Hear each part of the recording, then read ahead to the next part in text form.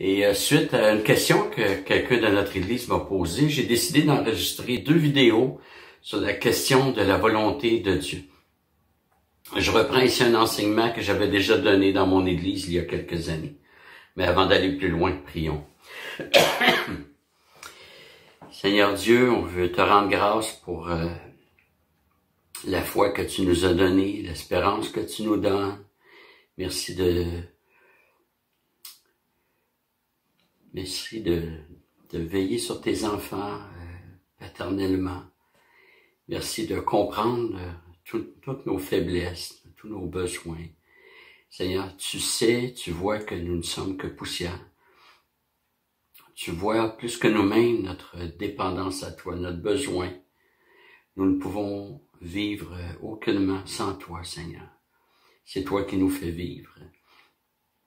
Seigneur, je te prie que cette série de 2 études sur ta volonté puisse être éclairante, Seigneur. C'est un sujet qui est peut-être moins facile que d'autres. Et Seigneur, que tu puisses vraiment bénir ta parole dans nos pensées, dans nos cœurs, que tu puisses renouveler notre intelligence et qu'on puisse bien comprendre pour bien mettre en pratique, Seigneur Dieu. Amen. La question de la volonté de Dieu n'est pas très simple.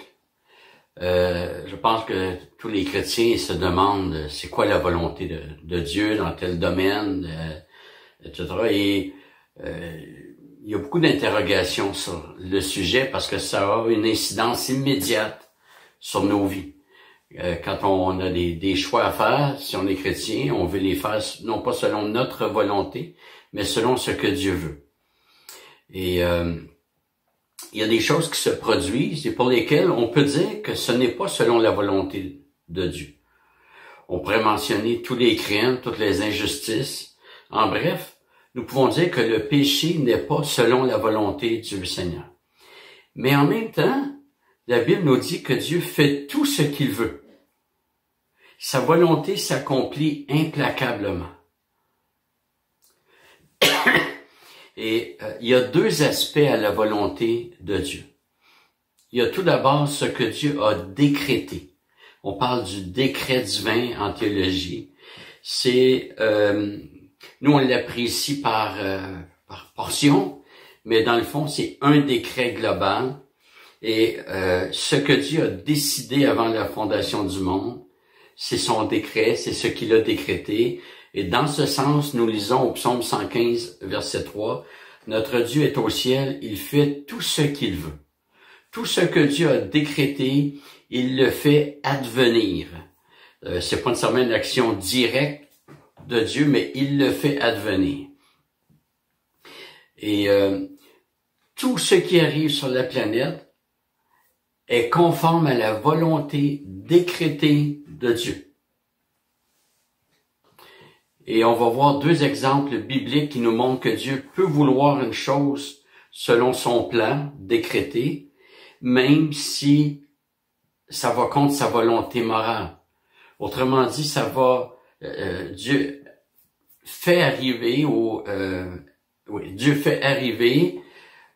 tout ce qui est conforme à sa volonté décrétée. Mais même s'il y a des choses qui sont contre sa volonté morale. On va voir un premier exemple et je vous invite à tourner dans votre Bible en Ésaïe 10. Donc, Ésaïe chapitre 10. Et nous lirons les versets 5 à 7 qui nous parlent de l'Assyrie avec un L apostrophe et non pas la Syrie. Donc là où vivent les Assyriens, et l'Assyrie est une nation ennemie d'Israël. Alors, Ésaïe 10, à partir du verset 5, « Malheur à l'Assyrien, bâton de ma colère », c'est Dieu qui parle. « La massue dans sa main, c'est l'instrument de ma fureur. Je le lâche contre une nation impie, ici c'est Israël, je le dirige contre le peuple qui mérite, pour qu'il se livre au pillage et fasse du butin, pour qu'il le foule aux pieds comme la boue des rues. Mais il n'en juge pas ainsi, et ce n'est pas ainsi que son cœur le prend. Car c'est la destruction qui est dans son cœur, le carnage de nations innombrables. Car il dit, mes princes ne sont-ils pas autant de rois? N'en a-t-il pas été de Calno comme de Carchemish, ou encore de Hamath comme d'Arpad, ou encore de Samarie comme de Damas? De même que ma main a su trouver les royaumes des faux dieux, dont les statues dépassaient celles de Jérusalem et de Samarie, ce que j'ai fait à Samarie et à ses faux dieux, ne le ferai-je pas à Jérusalem et à ses images? Mais alors, quand le Seigneur aura accompli toute son œuvre sur la montagne de Sion et à Jérusalem, je punirai le roi d'Assyrie pour le fruit de son cœur orgueilleux et pour l'arrogance de ses regards hautains. Car il a dit, c'est par la force de ma main que j'ai agi, c'est par ma sagesse, car je suis intelligent. J'ai bousculé les frontières des peuples, je les ai dépouillés de leurs trésors, et comme un puissant, j'ai fait descendre ceux qui siégeaient. Ces versets nous informent que c'est Dieu qui a envoyé l'Assyrie contre Israël. Et il y a des expressions très fortes au verset 5. L'Assyrien porte le titre de bâton de la colère de Dieu, puis de instrument de la fureur de Dieu. C'est un parallélisme synonymique. Excusez-moi. Donc, deux propositions formulées différemment, mais qui reprennent la même idée. Ce verset nous dit que l'Assyrie est dans la main de Dieu, c'est-à-dire que c'est Dieu qui contrôle l'Assyrie, qui devient un outil, un instrument pour punir Israël. Au verset 6, c'est Dieu qui lâche Israël contre l'Assyrie. Je suis désolé, je me suis trompé. Au verset 6, c'est Dieu qui lâche l'Assyrie contre Israël. Et le verset 11 identifie le peuple puni à Israël. Donc, le plan de Dieu, sa décision souveraine a été d'envoyer l'Assyrie contre Israël afin de punir Israël. Mais la surprise survient au verset 12 que je vous relis. Mais alors, quand le Seigneur aura accompli toute son œuvre sur la montagne de Sion et à Jérusalem, donc c'est là où son peuple réside, je punirai le roi d'Assyrie pour le fruit de son cœur orgueilleux et pour l'arrogance de ses regards hautains. Le Seigneur envoie l'Assyrie contre Israël pour ensuite punir l'Assyrie pour avoir agressé Israël. Donc, on voit que le plan de Dieu comporte des éléments qui sont à l'opposé de la volonté morale de Dieu, de sa loi. Quand le Seigneur a envoyé l'Assyrie, il a utilisé l'orgueil de l'Assyrie, pour laquelle l'Assyrie n'a aucune excuse. Et Dieu a utilisé cela, la méchanceté assyrienne, pour punir Israël. Mais cette méchanceté que le Seigneur a utilisée est contraire à la loi de Dieu. Donc la volonté décrétée, son plan, comporte des éléments contraires à sa volonté morale.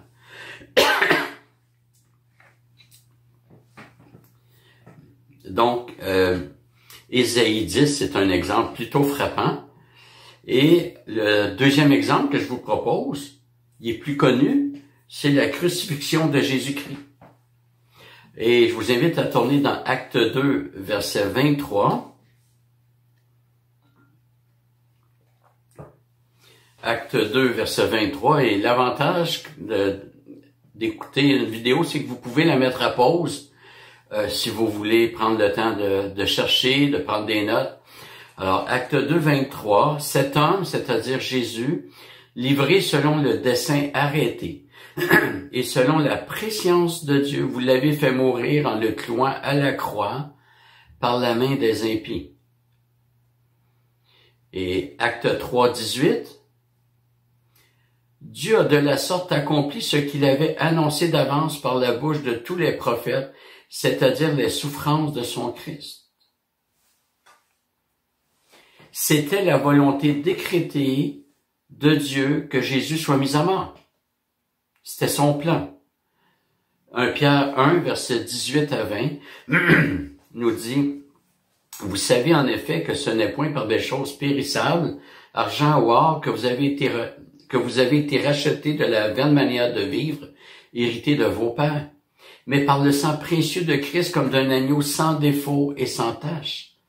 Il a été désigné d'avance, avant la fondation du monde, et manifesté à la fin des temps à cause de vous. L'apôtre Pierre affirme ici que Jésus a été désigné d'avance, avant la fondation du monde, comme victime expiatoire. Sa mort a été décidée, décrétée par Dieu pour sauver son peuple de ses péchés. Mais en même temps, nous considérons un autre aspect de la volonté de Dieu, et je vais vous lire Exode 20, verset 13, on est dans les 10 commandements. Dieu dit, tu ne commettras pas de meurtre. C'est la volonté morale de Dieu. Alors, Dieu a décidé, donc c'était selon sa volonté décrétée, son plan qu'il a voulu, que Jésus soit mis à mort pour nous sauver, mais ça allait contre sa volonté morale, parce que Dieu dit, tu ne commettras pas de meurtre. D'ailleurs, ceux qui ont crucifié Jésus, on voit ça dans l'acte 2, là, j'y vais un peu par cœur. Pierre présente l'évangile aux Juifs, il est à Jérusalem, puis il les identifie bien comme étant il dit ce Jésus que vous avez crucifié. Donc, ils sont coupables d'avoir crucifié Jésus. Et là, Pierre présente l'évangile, puis je pense au verset 38, autour, les Juifs demandent à Pierre, mais que devons-nous faire? Et Pierre leur dit, repentez-vous et soyez baptisés pour le pardon de vos péchés. Donc, le fait d'avoir crucifié Jésus était un péché grave et ça devait être inclus dans leur repentance. Ils devaient se repentir d'avoir crucifié Jésus-Christ. Donc, deux aspects à la volonté, deux volontés. Honnêtement, je suis pas à l'aise avec aucune des formulations parce que il faut pas présenter Dieu comme un Dieu qui ne sait pas ce qu'il veut. Au contraire, mais disons pour l'instant deux volontés, sa volonté décrétée, sa volonté morale. Alors, comment le Seigneur peut-il vouloir une chose contraire à sa volonté morale? Alors, voici une illustration qui peut nous permettre de comprendre. Imaginez le père qui se rend compte que de l'argent disparaît de son tiroir à chaque jour. Ça ne peut être qu'un de ses enfants qui prend cet argent. Alors, il place une caméra cachée dans la chambre et là, il espère que l'enfant qui vole va récidiver, qu'il répétera son geste afin de le prendre et de le corriger. Selon la volonté morale du père, son enfant ne doit pas voler. Mais en raison de la circonstance, il veut que son père, que son fils aille voler pour pouvoir le surprendre. Et pour Dieu, c'est un peu la même chose. Sa volonté décrétée n'est pas identique à sa volonté morale. Certains éléments de sa volonté décrétée correspondent à sa volonté morale, mais pas tous. Sa volonté décrétée se voit dans tout ce qui arrive. D'abord dans l'œuvre créationnelle. Nous lisons cette belle prière dans Apocalypse 4, 11. Tu es digne, notre Seigneur et notre Dieu, de recevoir la gloire, l'honneur et la puissance, car tu as créé toutes choses, et c'est par ta volonté qu'elles existent et qu'elles furent créées. Sa volonté se voit aussi dans le salut. Jean 5, 21. En effet, comme le Père ressuscite les morts et les fait vivre, de même aussi le Fils fait vivre qui il veut. Qui le Fils veut. Le Fils ne fait pas vivre tous les hommes. Il n'a pas dit que ça dépendait d'abord de la volonté de l'homme. Le Fils fait vivre qui il veut. Jean 6, 39. Or voici la volonté de celui qui m'a envoyé, que je ne perde rien de tout ce qu'il m'a donné, mais que je le ressuscite au dernier jour. Maintenant, pour nous, quelle est notre responsabilité face à la volonté de Dieu? L'ancien doyen de la faculté, M. Amar Jabella, a déjà passé la remarque que les chrétiens cherchent la volonté du Seigneur comme si elle avait été perdue ou égarée. J'aimerais vous dire que concernant la volonté décrétée, la plupart du temps, nous ne la connaissons que lorsqu'elle se produit. Nous connaissons très, très peu de la volonté décrétée de Dieu. Et lorsque nous la connaissons, par exemple, nous savons que dans sa volonté décrétée, juste avant le retour de Jésus-Christ, les forces démoniaques vont s'intensifier et les persécutions vont s'accentuer. Mais encore là, nous ne savons pas quand. On sait que Jésus va revenir, mais encore là, on ne sait pas quand. C'est sa volonté décrétée et il nous en a révélé une partie pour nous avertir, qu'on puisse se préparer, veiller à tout moment, mais qu'on puisse aussi espérer. Si on ne savait pas que dans la volonté décrétée de Dieu, il y aurait le retour de Jésus-Christ, la résurrection et tout, notre espérance serait vide, elle serait vaine. Alors, dans notre quotidien, nous ne connaissons pas la volonté décrétée de Dieu. Alors, si un chrétien cherche un emploi, il ne sait pas quel emploi le Seigneur a pour lui tant qu'il ne l'a pas trouvé.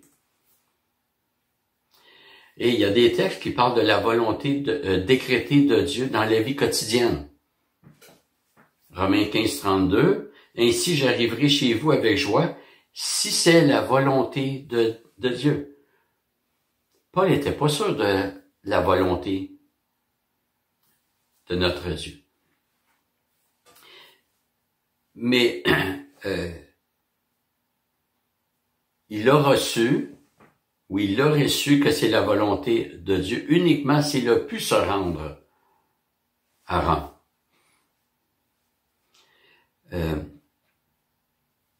Et nous, quand il est question de notre responsabilité de vivre selon la volonté de Dieu, c'est toujours selon sa volonté morale, sa loi. Et les textes qui parlent de notre responsabilité face à la volonté de Dieu parlent en fait de la volonté morale. Nous ne pouvons pas nous soumettre à la volonté décrétée que nous ne connaissons pas. Dieu nous demande de nous soumettre à sa loi, à sa volonté morale. Donc, Matthieu 7, 21, Jésus dit, « Quiconque me dit Seigneur, Seigneur, n'entrera pas forcément dans le royaume des cieux, mais celui-là seul qui fait la volonté de mon Père qui est dans les cieux. » Comment quelqu'un peut-il faire la volonté du Seigneur? C'est uniquement en faisant sa volonté morale. Donc, la volonté morale de Dieu, obéir à sa loi. Matthieu 12, 50, en effet, quiconque fait la volonté de mon Père qui est dans les cieux, celui-là est mon frère et ma sœur et ma mère. Et Jésus a parlé de la volonté de Dieu en lien avec sa loi. Matthieu 21, versets 28 à 31. Qu'en pensez-vous? Un homme avait 2 fils. Il adressa au premier et dit, « Mon enfant, va travailler aujourd'hui dans ma vigne. » Il répondit, « Je ne veux pas. » Ensuite, il se repentit et y alla. Il s'adressa alors au second et donna le même ordre, la même volonté morale, une loi. Celui-ci répondit, « Je veux bien, Seigneur, mais il n'y alla pas. » Lequel des deux a fait la volonté du Père? Il répondit le premier. Excusez-moi. Donc, faire la volonté de Dieu, c'est faire sa volonté morale, ce que Dieu nous demande. Et Paul aussi va placer la volonté de Dieu en parallèle avec la loi de Dieu. Romains 2, 18, « Toi qui connais sa volonté, qui instruit par la loi, c'est discerner ce qui est important. » C'est par la connaissance de la loi que nous pouvons discerner ce qui est important. Comment Paul a-t-il pu dire que les Juifs connaissaient la volonté de Dieu? C'est parce qu'ils étaient instruits par la loi. Ils pouvaient donc discerner ce qui est important. Éphésiens 5, versets 17 et 18. C'est pourquoi ne soyez pas sans intelligence, mais comprenez quelle est la volonté du Seigneur. Ne vous enivrez pas de vin, c'est de la débauche, mais soyez remplis de l'esprit. Alors ici, j'ouvre une parenthèse. Être rempli de l'esprit, c'est pas ressentir de l'effervescence, c'est pas devenir excité. Dans le contexte d'Éphésiens 4, 5 et 6, moi je les appelle, mais c'est possible que j'ai lu ça il y a très longtemps, les chapitres des impératifs.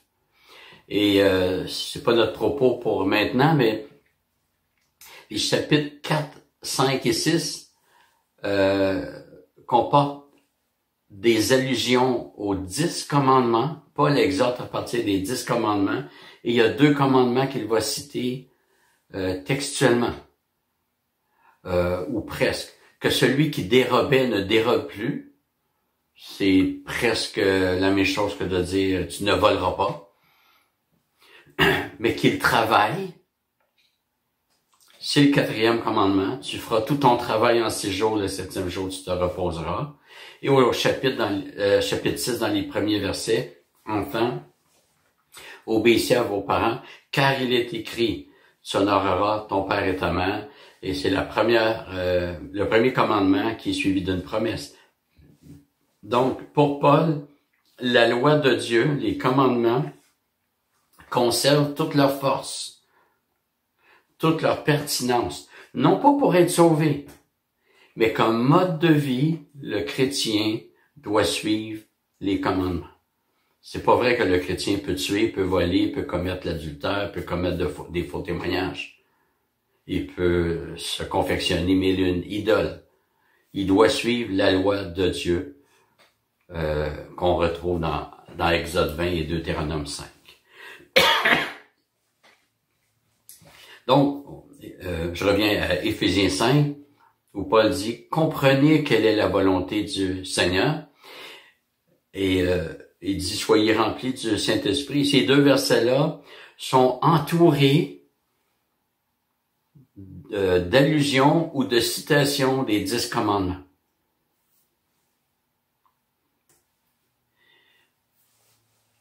Alors, voilà pour la première partie de la volonté de Dieu. C'est vraiment en se modelant à la loi que le chrétien peut marcher en suivant la volonté de Dieu, non pas en recherchant c'est quoi sa volonté décrétée. On est incapable de faire cela, mais plutôt en obéissant à Dieu, à sa loi. Alors, on va terminer par la prière.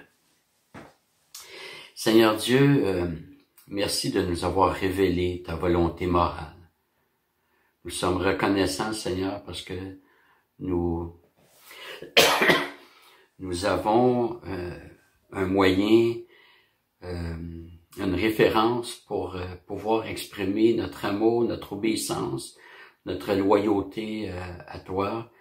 Jésus a dit que celui qui m'aime gardera mes commandements. Et Seigneur, donne-nous de connaître de mieux en mieux ta loi, de la mettre en pratique pour t'honorer, Seigneur Dieu. Reconnaissant que ta loi est bonne, sainte, juste et parfaite. Seigneur, donne-nous des cœurs soumis, dociles, non pas par contrainte, mais reconnaissant que c'est la bonne chose pour nous. Un peu comme celui qui est perdu en forêt et qui est retrouvé par le garde forestier. Et lorsque le garde forestier lui dit de le suivre, celui qui est perdu va obéir parce qu'il a confiance, parce qu'il reconnaît qu'il a besoin du garde forestier pour diriger ses pas. Et si le garde forestier dit de prendre tel sentier, même s'il est plus rocailleux, c'est le sentier à prendre, parce que l'important c'est qu'il nous mène à bon port. Seigneur, la même chose pour nous, donne-nous de t'obéir en reconnaissant que c'est toi notre berger, notre guide. Et on ne t'obéit pas pour être sauvé, mais parce que tu nous as sauvés, tu es notre berger. Seigneur, je veux te prier pour différents besoins que nous vivons présentement. Je veux te prier pour nos frères et sœurs qui sont âgés, surtout ceux qui ont 70 ans et plus, et dont le gouvernement Legault a demandé de demeurer à la maison. Seigneur, je veux te prier de les garder, je prie de les sécuriser, Seigneur Dieu. Je te prie de leur donner, d'être soumis, parce que tu nous demandes d'être soumis aux autorités, et que si on est insoumis aux autorités civiles, tu nous dis que c'est à toi qu'on est insoumis. Parce que c'est toi qui as établi les autorités civiles. Alors Seigneur, je veux te prier pour mes frères et sœurs âgés. Je sais que c'est pas facile, mais garde-les à la maison. Garde leur cœur et leur pensée en toi. Protège-les du virus, Seigneur Dieu. Seigneur, je veux te prier pour tous les célibataires qui ont des défis particuliers, et le confinement ajoute à leurs difficultés, leur solitude. Et Seigneur, donne-nous de nous téléphoner les uns les autres, Seigneur. Ça fait partie de veiller les uns sur les autres. Paul, alors qu'il était en prison, prenait du temps pour écrire. Il aurait voulu être présent, mais il ne regardait pas ce qu'il aurait pu faire s'il avait été libre. Il regardait ce qu'il pouvait faire dans son confinement. Alors, Seigneur, qu'on puisse faire la même chose, prendre soin les uns des autres. Je te prie, Seigneur, que nous recherchions ta volonté comme on l'a vu dans cette situation particulière. Dirige-nous, donne-nous de t'obéir, Seigneur Dieu. Donne-nous ta paix dans ces moments troubles. Donne-nous ta joie dans les consignes qui nous sont imposées, Seigneur Dieu. Et on veut te remercier parce que notre vraie sécurité n'est pas dans la médecine, n'est pas dans la politique. C'est des moyens que tu utilises, mais notre sécurité, elle est en toi et en toi seul. Merci pour Jésus-Christ qui a tout accompli pour le salut de ceux que tu lui as donnés. Merci de son obéissance parfaite durant tout son ministère terrestre. Merci pour sa mort, combien de souffrances. Et merci de l'avoir ressuscité, ramené à la vie, de l'avoir élevé, de l'avoir fait asseoir sur le trône. Merci parce qu'il règne au siècle des siècles et son trône n'aura pas de fin. Merci pour son sacerdoce présent. Il est notre souverain sacrificateur. Il intercède pour chacun de tes enfants. Il tient tout, il conduit tout à la perfection.